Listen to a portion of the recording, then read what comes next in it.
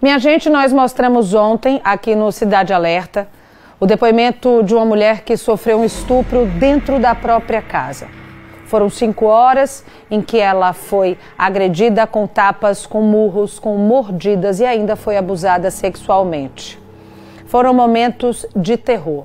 O caso ocorreu na madrugada de sábado para domingo, em Boquim, no município do Centro-Sul do nosso estado. O suspeito, um catador de material reciclável, a notícia é essa, já está preso. Eu tenho por Skype o delegado responsável pelas investigações do caso, o Josenildo Brito. Mas antes de falar com ele, nós vamos mostrar para vocês um trecho do que a vítima falou ontem em entrevista ao repórter Marcos Couto. Eu mesmo estou com nojo de mim mesmo, do meu corpo, pelo que ele fez. Me agrediu bastante, me bateu, me xingou. E falasse que não era pra mim abrir a boca, senão ele me matava. E é isso. Ele estava armado? Não, não estava armado. Mas me violentou bastante. Era por volta de que horas? De 1h30 da manhã até 5 da manhã eu passei agressão. Agressão e sendo abusada sexualmente?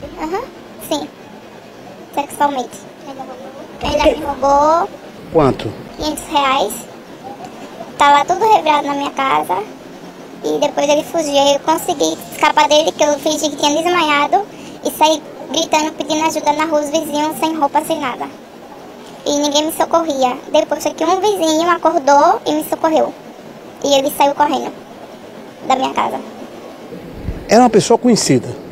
É, conhecida, da região. Já está na minha tela, aparecendo aí para você que está em casa, o delegado responsável pelas investigações do caso, Josenildo Brito, a quem eu desejo boa noite. Já agradeço aqui pela participação. É de extrema importância que a gente mostre a você que está em casa o trabalho da polícia, porque infelizmente, como eu reforcei ontem, só 8,% dos casos são denunciados e os fatores são vários, como eu falei, além da culpa, da vergonha que a vítima sente, existe uma sensação também de impunidade nesses casos. Então é bom que a gente mostre a prisão também desses suspeitos. E a gente estava ouvindo junto aqui, né, delegado, o que disse a vítima e além dessas agressões todas físicas, sexuais, ele ainda roubou ela, né? Ainda levou dinheiro dela. A que esse homem deve responder e como foi até encontrá-lo e prendê-lo? Boa noite, Mariana. Na segunda-feira, na última segunda-feira, a vítima procurou a delegacia aqui da cidade e nos relatou que havia sido vítima do crime de estupro. Diante dessa notícia, acolhemos, encaminhamos para que fosse feita um exame pericial e, na sequência, que ela fosse levada ao hospital. E ela nos passou na oportunidade algumas pessoas que havia testemunhado e que conhecia o agressor. No mesmo dia, diligenciei no sentido de localizar as testemunhas, as possíveis testemunhas, que confirmaram a versão apresentada pela vítima. Localizamos também o suposto agressor e intimamos para que ele comparecesse à delegacia no dia seguinte. No dia de ontem, ele esteve aqui, na presença do seu advogado, e apresentou sua versão sobre o fato. E a gente queria saber, delegado, qual seria a versão dele, né? Ele estava acompanhado até onde a gente sabe, e aí o senhor pode confirmar, ele estava acompanhado de um advogado, muito bem amparado ali juridicamente. Ele confessa os crimes, ele nega? Ele confessa que houve a relação sexual. No entanto, em sua defesa, ele afirma que foi consensual. Mas havia alguns pontos de contradição em seu relato Por esse motivo, nós sabemos que o crime de estupro é um crime etiquetado como hediondo, e são geralmente crimes cometidos às escondidas, né? Só tem a vítima e o seu agressor, e diante da palavra da vítima, que tem um peso, e dos elementos informativos colhidos até então, ficou demonstrado indícios de autoria. Baseado nessas informações preliminares, ontem mesmo representamos pela prisão preventiva. O juiz entendeu que a necessidade e a proporcionalidade da medida pela circunstância do caso e deferiu. Esse homem, delegado, ele é jovem, ele mora de fato em Boquim, porque na versão, quando o Marcos Couto entrevistou ela conta que estava no local com alguns amigos e que resolveu ir embora. Que teria encontrado este homem, quem ela conhece ali de vista, de Boquim mesmo, essa foi a versão que ela contou pra gente. E que na hora que ela estava indo embora, este homem, para você que está em casa, que talvez não assistiu o programa ontem, ela contou que este homem estava também no lugar que ela estava com esses outros amigos. E aí, na hora que ela estava indo embora, ele falou, vou te acompanhar. E assim ele fez. Quando chegou na porta da casa dela, ele pediu um copo de água. Ela foi buscar o copo de água, minha gente. Quando ela voltou, ele não estava mais. E aí ela relata que ele ficou escondido atrás da porta. E quando ela estava no quarto, ele saiu e aí começou a sessão de tortura. Aí a gente queria saber um pouco mais sobre este homem, delegado, se puder, claro, quem ele é, se ele de fato trabalha na região, como foi informado, com reciclagem, se ele, enfim, de fato conhecia a vítima. Você já adiantou que as testemunhas que estavam com ela confirmaram essa versão, né? Exatamente. As testemunhas confirmaram a versão dela de que saiu de casa desesperada, pedindo socorro, estava seminua. Ela foi acolhida por duas pessoas que moram próximas dela, deram todo acolhimento a ela. E no sábado, na madrugada de sábado para domingo, estava ocorrendo uma festa aqui na cidade, no conjunto Bismarck. E a vítima estava, como também o rapaz também estava nessa festa. Essa versão de que ele acompanhou, ele também confirma essa versão de que acompanhou. Ele só rechaça que tenha cometido o crime de estupro. Na defesa dele, ele afasta essa possibilidade, mas, como eu falei inicialmente, diante dos elementos colhidos até então, o fato da vítima estar muito ferida, machucada, o relato da testemunha também, que corrobora com a afirmação dela de que saiu desesperada de dentro de casa, com horas presa lá com ele, né, sendo possivelmente abusada. Todas essas informações serviram para subsidiar o pedido de prisão preventiva. Eu tenho um tempinho, viu, delegado, fazendo jornalismo policial, e é muito difícil, pelo menos eu nunca me recordo assim de fazer uma cobertura de alguém que confessa esse tipo de crime. Até quando é estupro de vulnerável, que a gente está falando de crianças de 6, 7 anos, esses homens chegam a dizer que a criança queria. E lembrando que criança não sabe nem o que é isso, tá, gente? Só para que fique claro, não existe isso de criança querer. Por que eu estou dizendo isso? Porque é um argumento muito utilizado pelos homens, né? Ela queria, e quando vai abusar, fala, repete até isso. Você está dizendo que não, mas você quer sim. E o senhor deixou muito bem claro que existem vários pontos de contradição. Eu acredito que você esteja falando, inclusive, sobre as marcas no corpo dela. Porque se tivesse sido consensual, não teria como ter tantas marcas, não é isso? Exatamente. O que demonstra que ela foi agredida. Isso acaba pesando em desfavor dele e acaba também enfraquecendo o argumento utilizado por ele em sua defesa.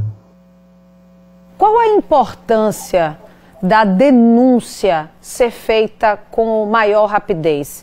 E aqui eu não quero obrigar você, caso seja vítima de violência sexual, de sair correndo para a delegacia, porque cada um sabe a dor que tem. Cada um sabe seu momento, cada um sabe como vai funcionar o seu processo de fala para até entender o que viveu e falar. Mas eu acho importante a gente dizer no que tange a prisão, né? Então é importante que para ser uma prisão em flagrante, para conseguir que faça a prisão desse suspeito, qual a orientação que você daria para as vítimas de violência sexual? Mariana, um ponto muito importante que você tocou agora. É de suma importância que qualquer vítima de violência sexual procure de imediato a delegacia, porque isso nos ajudará na formação do conjunto probatório, sobretudo um exame pericial, que é uma prova técnica. Eu entendo as mulheres que passam por esse tipo de crime, a primeira atitude é tomar banho. Tomar banho, e quando tomar banho acaba fazendo que vários vestígios desapareçam. Então, quanto mais tempo passe sem procurar a delegacia, mais difícil fica provar tecnicamente que foi abusada. É de suma importância que qualquer vítima de violência sexual procure de imediato a delegacia para que a autoridade policial comece de imediato as investigações, principalmente com a requisição do exame pericial, a identificação do suposto autor. Quanto mais tempo passa, mais difícil fica comprovar a autoria de um crime. Só podia trazer, a gente está com imagem agora na tela, essas imagens são fortíssimas, né, minha gente? Essa aí é a marca da mordida, tá vendo? Olha só que agressividade desse homem. Eu fico vendo essas imagens, realmente, para toda mulher isso é devastador. Porque toda mulher já se imaginou, já teve medo, já passou por algum tipo de situação em que se sentiu de alguma forma ameaçada. É lamentável realmente o estado em que essa mulher ficou. Mas eu queria, delegado, falar um pouco sobre esse homem. Quem é esse homem que foi preso agora pela polícia, por vocês aí, a Polícia Civil de Boquim? Olha, é um jovem, não tem histórico criminal. A gente fizemos um levantamento dos nossos bancos de dados, não encontramos nenhum registro criminal dele. E, segundo ele, trabalha como catador aqui na cidade. E, a princípio, não havia nenhum registro criminal. Mas sempre tem a primeira vez, né? Às vezes a pessoa não tem nenhum registro criminal, mas isso não quer dizer que ela não tenha nunca cometido algum delito. Apenas não foi pega. Muito boa a sua fala, realmente, né? Porque quando a gente fala que não tem antecedente criminal, cai naquela história que eu falei, gente. Ele pode ter abusado de muitas outras mulheres e não ter sido, as mulheres podem não ter denunciado, porque eu repito para vocês, só 8,5% das mulheres abusadas denunciam. São 2 abusos por minuto no Brasil. Isso representa 822 mil mulheres estupradas por ano. Por ano. Ele está aparecendo aí na sua tela. É bom a gente mostrar, que a gente mostra aqui a vítima, mas não mostra o suspeito. Está aparecendo aí na sua tela. Ô, delegado, eu queria te perguntar também em relação ao que acontece a partir de agora. O que significa essa prisão preventiva? Onde é que ele está? Para onde é que ele vai? Quais os trâmites legais a partir desta prisão? Olha, a prisão preventiva consiste em uma medida cautelar de privação de liberdade antes do final do processo criminal do qual a pessoa é acusada. Geralmente ela é decretada para garantir a instrução criminal, ou evitar a fuga ou a continuidade delitiva. O juiz, vislumbrando essas possibilidades, ele vai analisar a proporcionalidade e a necessidade da medida, que foi o caso. Então o juiz deferiu. Ele será amanhã levado para uma audiência de custódia, em que o juiz irá avaliar se os motivos pelos quais ele mesmo deferiu a medida estão presentes. Caso o juiz entenda, e aí ele pode fazer isso de ofício ou a requerimento das partes. Se ele entender que ainda estão, ele mantém. Se ele não entender, ele revoga a medida e concede a liberdade provisória.